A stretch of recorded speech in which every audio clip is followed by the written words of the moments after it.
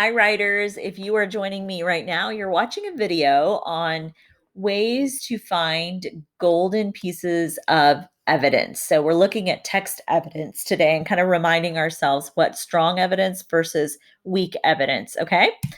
All right. So, let's get started. So, evidence are just basically real, credible facts from a reliable source that support your reasons. We've talked so much about how Wikipedia is not a reliable source. We want to use reliable sources that are from trusted websites like NASA or National Geographic or like a United States government kind of website or a college, university, or something reliable. Types of evidence that you can use are you can use statistics, which we've talked about. There are percentages and number facts. Of course, just basic logical facts, quotes from a doctor, scientist, I said percentages, dollar amounts, quotes from celebrities or famous people. These are all types of evidence. And some of you are probably like, well, I already know that some of these are actually ethos, pathos, and logos, and you would be right. But all of this is evidence, strong evidence. Okay. So, what's the difference between a reason and supporting details and evidence? Okay. So reason is whoops, sorry, my mouse keeps doing that. It's really sensitive.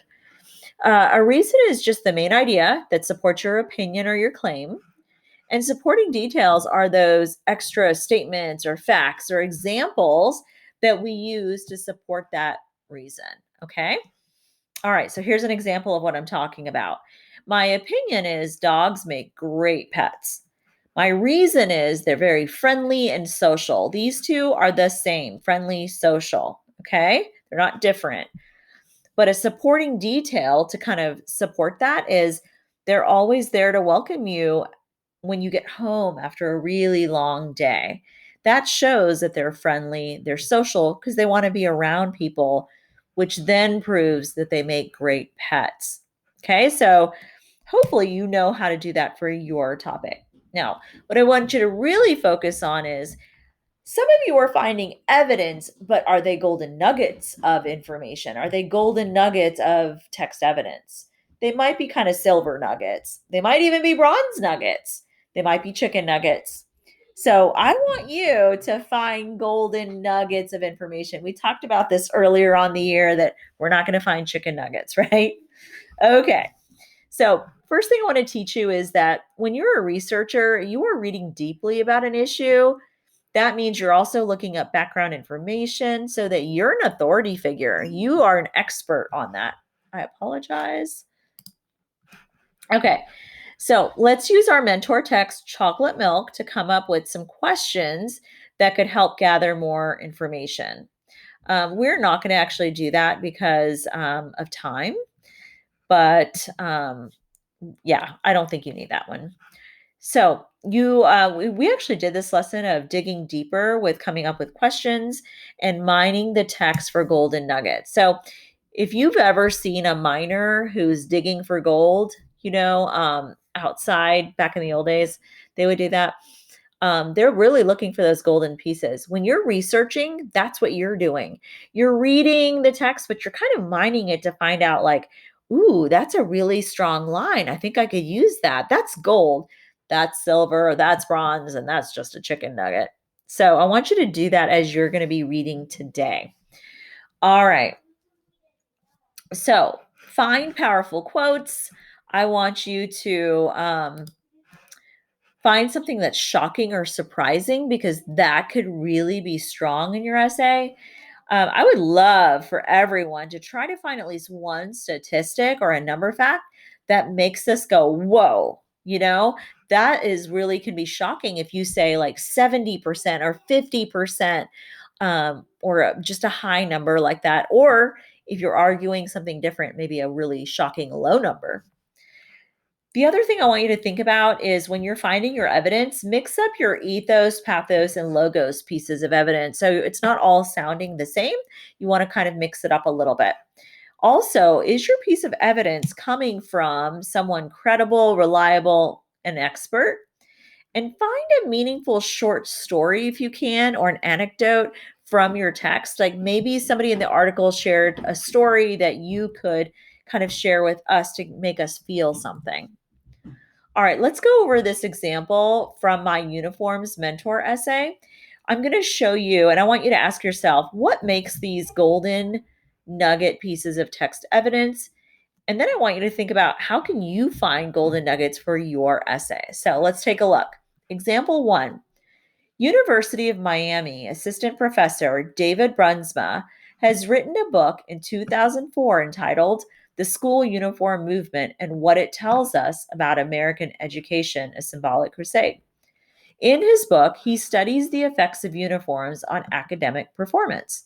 He discovered that there is no positive correlation between uniforms and academic achievement. So, right here, what makes this a golden nugget piece of text evidence? I'm going to stop. I want you to pause and write down what makes this a strong piece of text evidence. Do you think it's gold? Do you think it's silver? Do you think it's bronze or just a chicken nugget? Okay. Hopefully, when you unpaused, you said it's gold because they used a credible, reliable expert. Here's a professor talking about um, this topic. And when he gives a quote, I'm going to trust him because he's a professor from a university. So you want to look for evidence and sources like that are strong and powerful. Okay. Now, if I had just said like a grumpy student who didn't like uniforms, I don't think that would be as strong. That might be a chicken nugget or maybe a bronze nugget compared to like a university professor. All right, let's look at example number 2. Example 2 says, according to the website healthguidance.org, it states that parents will have to fork out for expensive school uniforms time and time again in order to pay for their child's education. And by the way, fork out means to give or like to come up with that money.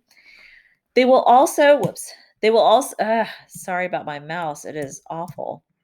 They will also need several versions of the same outfit as their children will have to wear them 5 days a week. This is on top of the clothes they already had to wear. Okay, so here they're talking about expense, and it's coming from a very reliable source. So I feel like this is a golden piece of information because it is coming up with a really good quote from a credible source. So it's probably a logos type of reason or logos type of evidence. All right, our last example. According to the US Department of Education's current 2015 research, it states that the average annual cost to parents for school uniforms is about $249 per year. Okay, ask yourself, is that gold, silver, bronze, or just a chicken nugget? What do you think? When you tell people about this really high number, would they be convinced? I would say that this is a golden piece of information because it's a strong piece of text evidence. Okay. So, when you're doing your evidence, you need to start with words like this. You're introducing it with words like, for example, on page blank, it states, and then this punctuation, we've learned this already, but I want you to use this slide when you're starting to write because it'll really help you on how to write everything. Okay. On page 7 of the text titled, and you give the title right here, comma, and then you always put your title of your article or your text, your source in quotes. It states, comma, and then quotes again, and then what it states. And then you know this one, you're pretty much experts at according to the text, comma, it states, comma, and then put your quotes in there. The author explains, the author shows, I know this because. All right, here are a few tips. Make sure your quotes are accurate and in quotation marks. Short, powerful quotes are probably better than super duper long ones. I will show you that if they're in a long one, if there's just like a line here and a line here, I can teach you how to put those together so you don't have to use the whole thing. If you would like that lesson, you can Schoology message me later on and I can teach it to you, or I can make a quick video to show you how to do that. You can also paraphrase your text evidence. Basically, what that means is you're putting it in your own words, but you're still saying according to the text or the author explains, except you probably don't need direct quotes because it's not word for word. But you will still need to give credit to where it comes from. Otherwise, it's kind of like cheating, or it's called plagiarism, and you don't want to have that. So you can cite the source in two ways. You can put the source in parentheses after the quote. Some people who write like to do that. Or you could actually just write it out in your writing. You could say on page 7 of the text called blank. So you can pick which way you want to do it. I'm fine with either way. All right, guys, that is the end of that lesson. I am going to go to the agenda to kind of show you where you're at. Okay. So hopefully this is the video called Mining the Text for Strong Text Evidence. What you're going to do now is you're going to go into Google Classroom and you're going to find the planning organizer for opinion essay. So I'm going to jump on Google Classroom right now and see if we can get into that so you can see what it looks like. Okay, so let me log in. And then when you log in, I'm just going to go to Mathai Homeroom, go to classwork, go into this week. Mine is grayed out because I'm making this video right now on Friday, and this is scheduled to post on Monday. So I'm just going to click on it. And I have made a copy for you of this digital planning essay organizer. Okay. It's a couple of pages long. The first page kind of shows you what is inside. Okay. And then the second page is like your introduction. The third page is your body paragraph. It's just an organizer. And then your fourth page is another body paragraph. Your next page is another body optional paragraph for reason 3. And then your last page is your conclusion. And then this is our goal for the week, is to finish this organizer. So what I'd like for you to do right now is your job is you're going to go and find your text evidence for your article. You're actually going to skip this introduction paragraph right now. Don't worry about that. I'm actually going to teach that to you later. But I would like for you to fill out this top part that says my topic is, tell me your claim and tell me your strong reasons, and then just stop right there. Skip the introduction, and then your job is to go straight to your body paragraph, reason 1.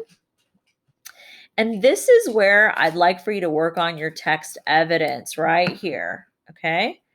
So I'm going to use the focus mouse to kind of show you. So in this column, you're going to write your source, which is what website is it? If you used a book, what book is it? Most of you use websites, and that's fine. So I need to see the link, or just put www. Whatever it is. Now, a lot of us also did our note taking, and I'll show you where that is in last week's assignment. I'm going to go to opinion writing where it says note taking for text set. A lot of us did our quotes and stuff right here. And it said source 1, or it said source 2 and source 3.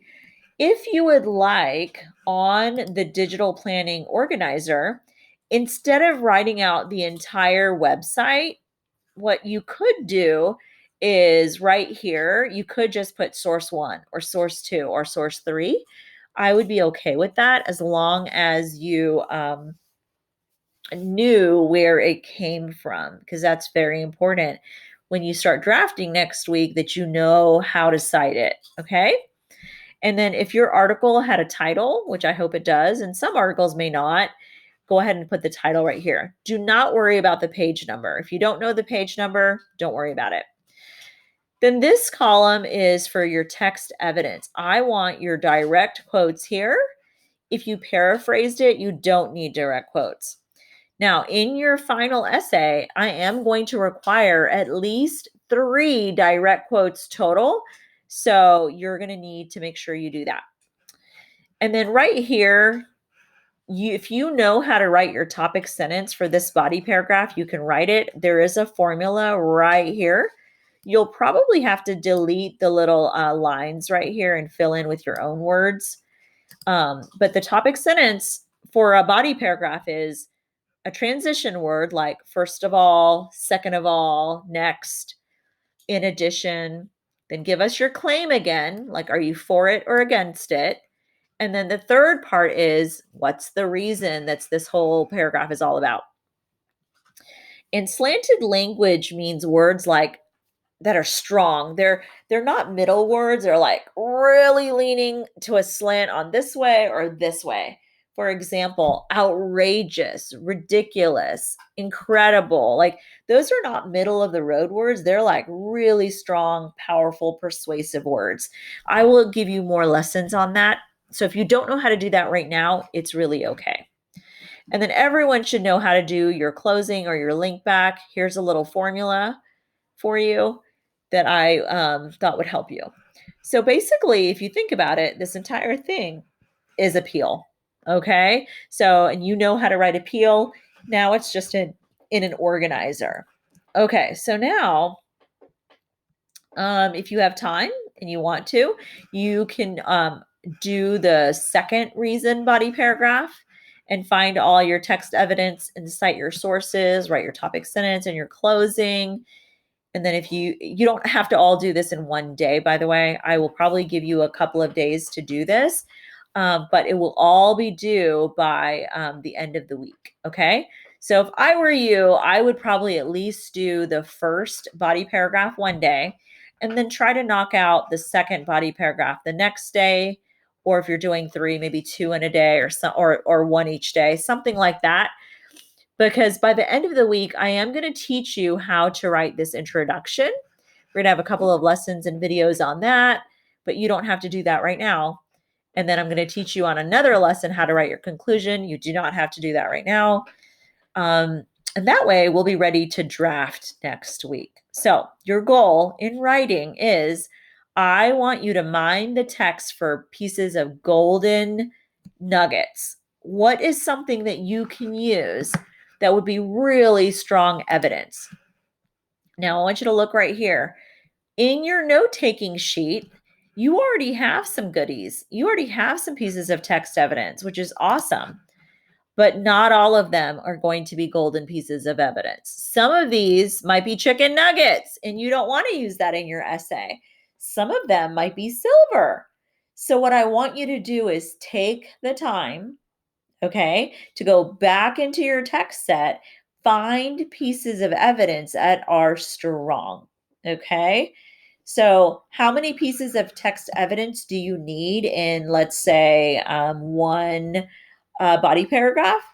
I would say a good number is always like 2. 2 is always a good number. I think when you get to have way too many, it becomes ridiculous and too much for the reader. So try to find 2 per reason. But if you come up with just one and it's an awesome one, that's really fine too. But what we're going to try to do is double stuff our paragraphs. And some of you writers might be ready to triple mega stuff your paragraphs because that's how you can really build your writing stamina and grow as a writer this year. Okay. All right. If you have any questions, make sure you reach out to me or come to my small group sessions on Tuesday and Wednesday. And I hope to see you there. Talk to you soon. Good luck on finding all your evidence.